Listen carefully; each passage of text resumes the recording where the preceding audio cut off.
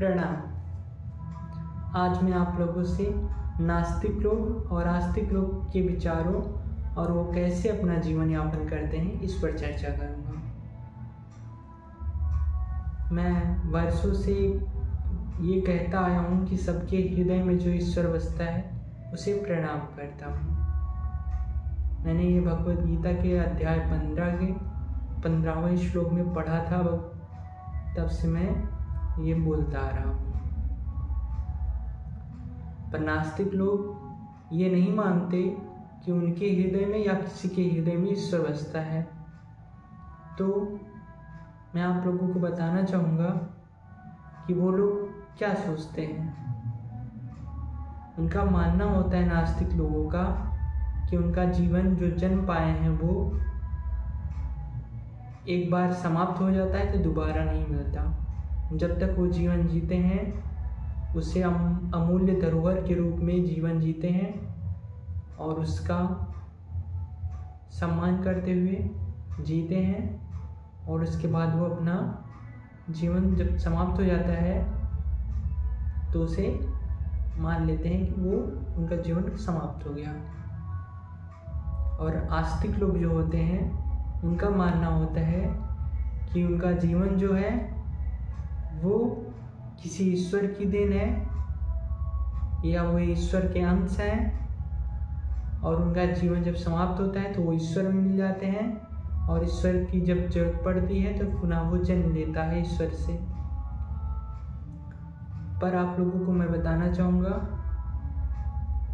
कि किस प्रकार नास्तिक और आस्तिक लोग अपना जीवन जीते हैं। नास्तिक लोग जो कि नाटक के रूप में इस जीवन को नहीं मानते, वो मानते हैं कि उनका जन्म जो एक सीमित समय के लिए हुआ है बस वही उनके पास है, उसके अलावा नहीं है उनके पास कुछ। तो हमारे बहुत सारे विद्वान लोग कहते हैं कि बहुत अधिक नाटक देखने से जीवन नाटक के जैसे प्रतीत होता है, कि आस्तिक लोगों को सीधा उनके ऊपर तर्क देते हुए कहा है। क्योंकि आस्तिक लोग जो होते हैं वो जीवन को नाटक के रूप में लेते हैं। अधिकतर हम लोग जब जन्म लेते हैं बचपन से ये देखते आए हैं कि एक इंसान का जन्म होता है, वो धीरे से धीरे बड़ा होता है, बड़ा होकर वो शिक्षा ग्रहण करता है, विवाह करता है, उसके बच्चे होते हैं, बच्चों का पालन पोषण करता है, फिर वह धीरे धीरे बूढ़ा हो जाता है और उसका मृत्यु हो जाती है। ये एक नाटक की तरह ही है जो हम वास्तव में अपने जीवन में देखते आए हैं बचपन से।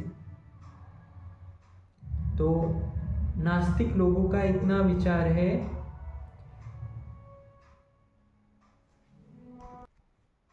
एक बात मैं और आपको बताना चाहूँगा।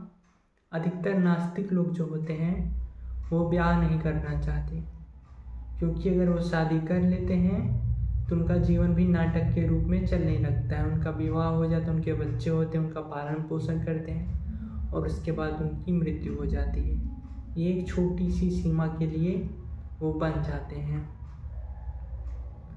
जबकि वो ब्याह न करके अपने जीवन को कुछ ज्ञान अर्जन और किस प्रकार वो स्वयं को जान सकते हैं और अपने जीवन को किस प्रकार कुछ ऐसी प्रक्रियाओं में लगा दें कि उनका जीवन कुछ सार्थक प्रतीत हो, ऐसे कर्म करने चाहते हैं वो लोग। मैं आप लोगों से इतना कहना चाहूँगा कि मैंने कुछ वर्ष पहले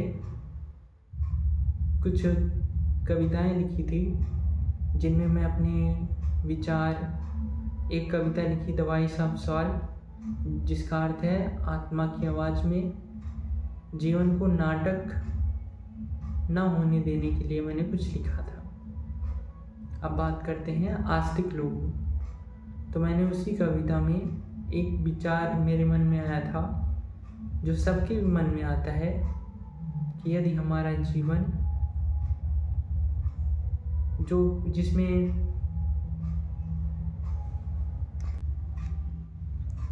स्वयं को जब हम देखते हैं तो हमारे पास कुछ नहीं होता, हमारा सब कुछ जो कि इस मिट्टी, इस हवा, सब कुछ इससे ही मिलकर बना है।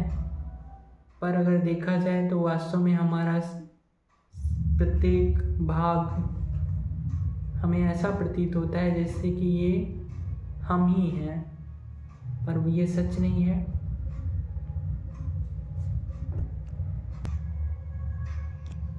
चाहे आप आस्तिक हों या नास्तिक हों, दोनों रूपों में आपका शरीर जो आप स्वयं हैं वो आपका नहीं है।